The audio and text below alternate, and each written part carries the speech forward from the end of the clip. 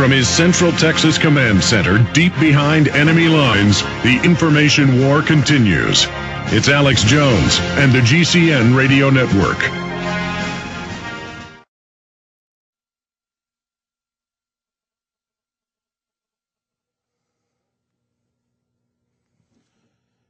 Hello, my friends. It is November 16th, 2005. We're going to do an hour program and then take a break and do another hour show for you tonight. And with us for both shows will be Steve Watson and his brother, Paul Watson, joining us from London and Sheffield, England, together respectively. A lot of key news, a lot of information to talk about. We also, this week, have two special reports. One with Ben Livingston, the father of weather war. First person to ever use it, able to stop hurricanes, reduce them. This is admitted by the federal government. That's coming up here in just a moment. And then later, some fun we had, and also a lot of serious issues. In the studio at my radio show just a few days ago with Paul Watson and Steve Watson. And, of course, the websites are Infowars.com, PrisonPlanet.com, PrisonPlanet.tv, and Infowars.net.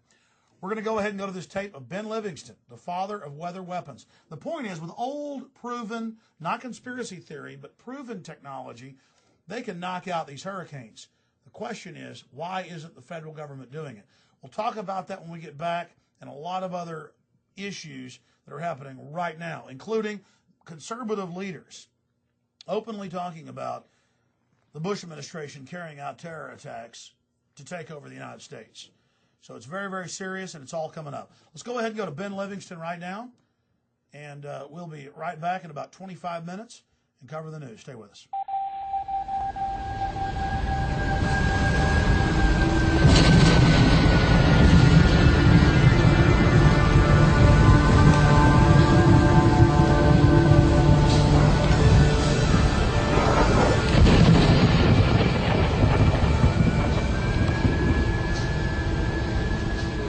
Ben Livingston.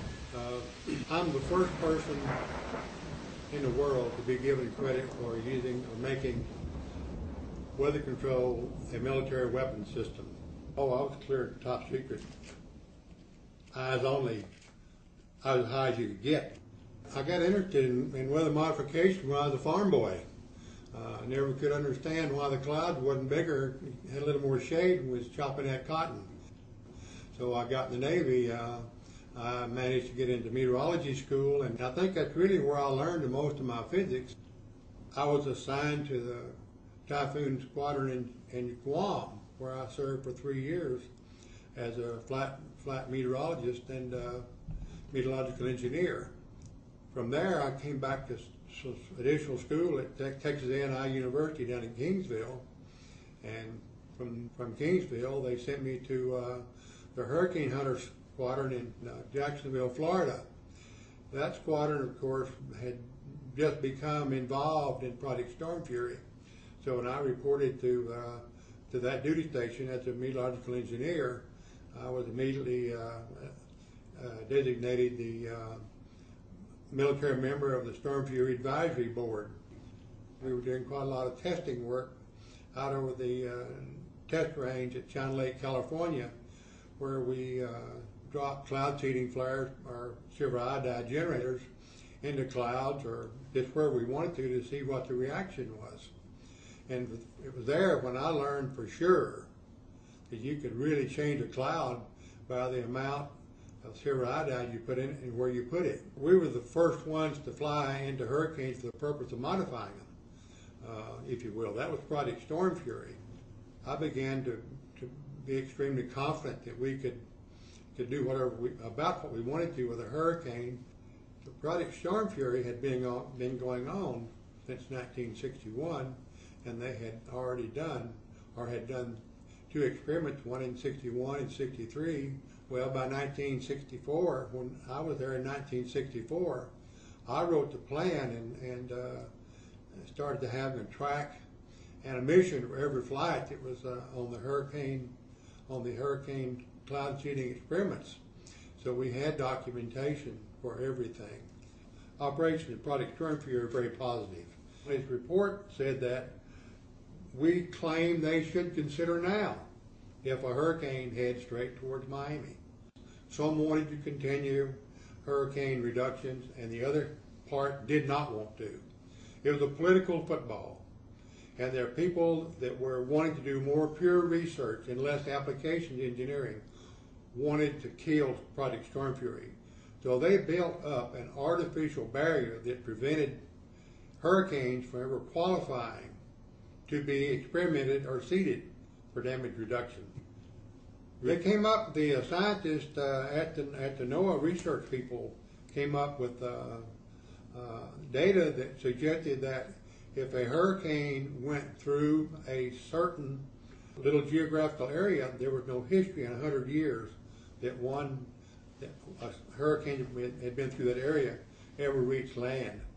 So they made a requirement that the storm must go through this area of, I call it the area of improbability, before it would qualify for hurricane damage reduction attention. So after about 10 years, no hurricanes went through there, and the people, that is the scientists who didn't want to spend money on aircraft reconnaissance, decided, well, it's just too expensive, we can't wait any longer, so they killed the project altogether. I am terribly disappointed that the government have decided a long time ago not to do this, not to do the hurricane damage reduction anymore. They can talk about the scientifically rigorous data, the lack of the inability of civilian aircraft and so forth to collect this data, and poo-poo the empirical, that is to say, the observation that you make just by looking out the window or watching your instruments, saying it has no value. In order to change the weather and know that you're changing it, you must have instrumentation or document it. So my line of business really was to design and make equipment that would document changes in the weather.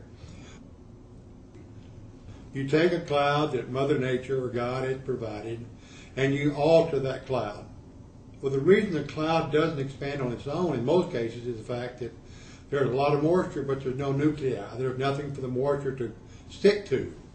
So when you provide the silver iodide nuclei, it causes the water to coalesce to that nuclei, and when it does, it releases heat, which means everything starts to rise. If you produce enough nuclei at the right places in a cloud, there's essentially no limit to how fast and how far it'll grow, because it just keeps releasing heat as it goes up, and of course the heat keeps trying to rise. If you're in the business of trying to kill clouds, then of course you go up to the area where there are some vertical shear, the wind blowing some direction or other, and you provide the nuclei at a level above where the raindrops are. They are then so light that the wind vertical shear merely blows the top of the cloud away. Then there's no place for the coalescence or the nucleation to take place. Well, the Joint Chiefs of Staff had been wishing for quite some time, in terms of years, that they had some way of slowing the trucks down in Vietnam. That led me to advise the Joint Chiefs of Staff that we had a potential weapon system, and so I was asked to start to put together a top secret operation to go to Vietnam to see if we couldn't make it rain more over there as a military operation. All the roads over there were dirt roads, and when it rained, it caused them a lot of problems. So that during the monsoon season, there was so much rain and water in the roads that the trucks really couldn't move very freely. Our mission was to make it rain during the dry season.